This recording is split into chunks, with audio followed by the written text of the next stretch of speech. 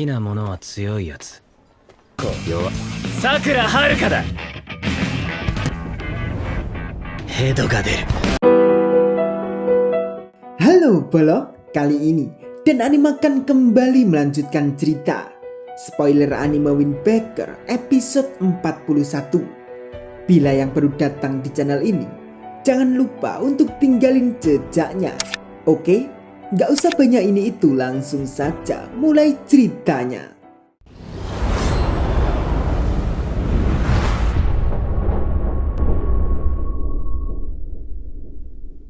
Setelah Umemiya umur 14 tahun, Umemiya saat itu sudah ceria kembali dan menjadi kakak dari anak-anak panti. Dan Umemiya juga sangat sayang sekali dengan adiknya di panti asuhan itu. Anak-anak panti pun juga sudah sekolah. Dan Umemiya juga akan masuk ke Furin. Dan saat itu, hari yang penting bagi Umemiya untuk melakukan apa yang selalu diinginkan. Yuki mendengar itu pun lalu mengatakan, "Yang selalu kau inginkan itu masih belum berubah ya.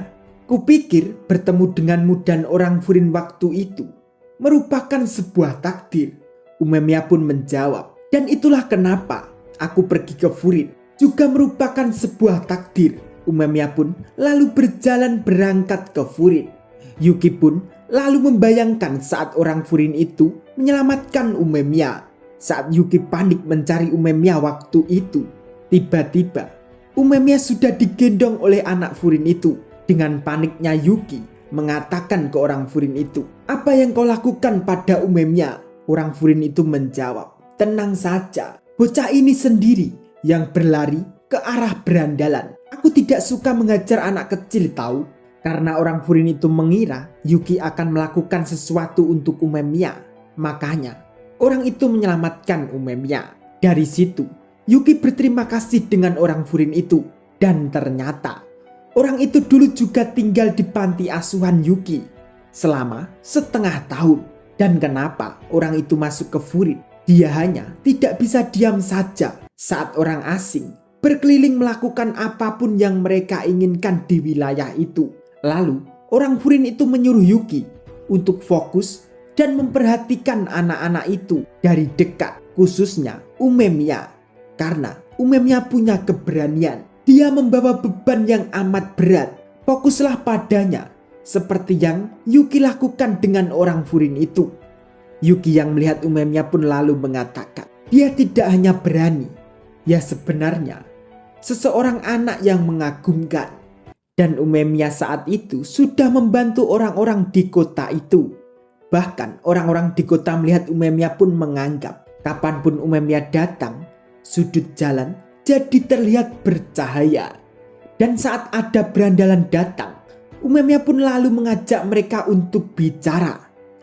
Dengan Umemiya merebut aksesoris berandalan itu, lalu Umemiya berlari ke jembatan.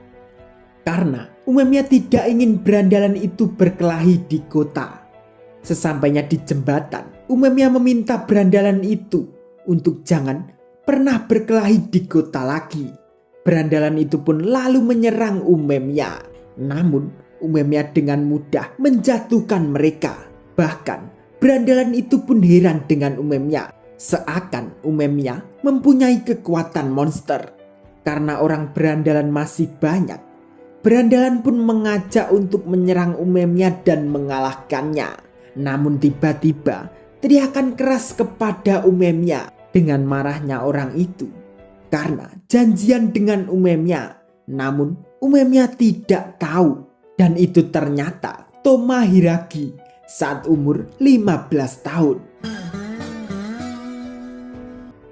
Setelah Hiragi datang, Umemiya pun jadi senang. Namun Hiragi heran dengan dirinya karena malah melakukan hal itu, menjatuhkan dengan gampang para berandalan itu.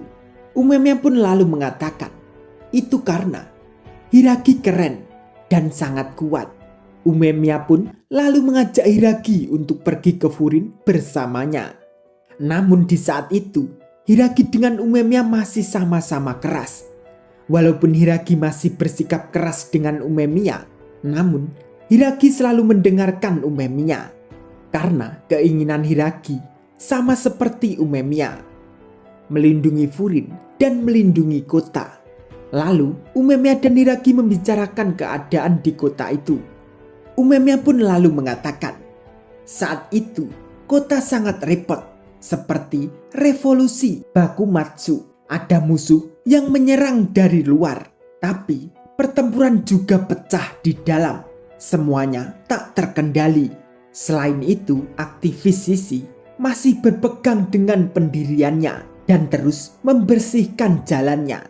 Mereka membentuk koneksi di antara orang-orang dan bersatu menjadi satu pasukan dan menatap arah yang sama bersama. Lalu, Umemiya ingin itu terjadi di Furin juga. Dan untuk membuat itu nyata, Umemiya akan mengambil kursi teratas di sekolahan. Saat bersatu, semua pertarungan di dalam sekolahan akan dihentikan. Lalu akan fokus dengan musuh di luar. Dengan begitu, semua orang di Furin bisa bekerja sama melindungi kota. Dan untuk mengatasi retakan antara penduduk kota dan murid Furin, yang harus dilakukan adalah membangun jembatan. Dan saat itu, Umemiya sering pergi ke kota setiap waktu dengan teman-teman dari Furin. Dan kemudian, dikit demi sedikit, membentuk ikatan yang dalam dengan orang-orang. Kemudian, Umemiya akan membuat hubungan dengan orang-orang di dalam Furin. Saat sudah mengenal satu sama lain, lalu kita bisa menjadi jembatan untuk mereka. Lalu kita harus patroli di kota, menunjukkan wajah di kota, dan menghentikan saat ada pertarungan, dan bisa banyak mengobrol dengan orang-orang di kota. Namun itu tidak mudah. Namun Umemiya masih tetap teguh dengan kepercayaannya. Suatu saat Umemiya akan membuat kota itu menjadi tempat di mana semua orang bisa bahagia bersama. Hiragi pun lalu bertanya ke Umemiya, kenapa kau butuh aku dalam rencanamu? Dan kenapa aku harus menjadi bagian dalam hal itu?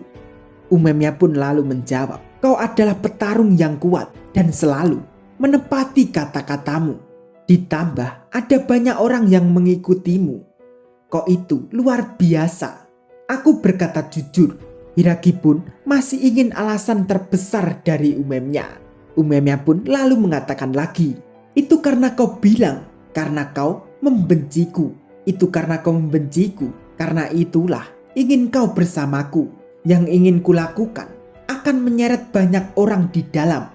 Dan jika aku membuat keputusan yang tidak bertanggung jawab, maka dengan kekuatan dan pemikiran logikamu di sebelahku, kau tidak akan berpikir dua kali dan mengajarku untuk kembali ke jalan yang benar.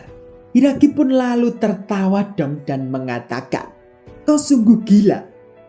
Dan ini lalu memperlihatkan 4 raja Furin yang sekarang di masa lalu. Dan Umemiya mengajak mereka untuk melakukannya yang Umemiya rencanakan. Dah lanjut nanti ya Pri, stay tune di Den Anime, oke? Terima kasih.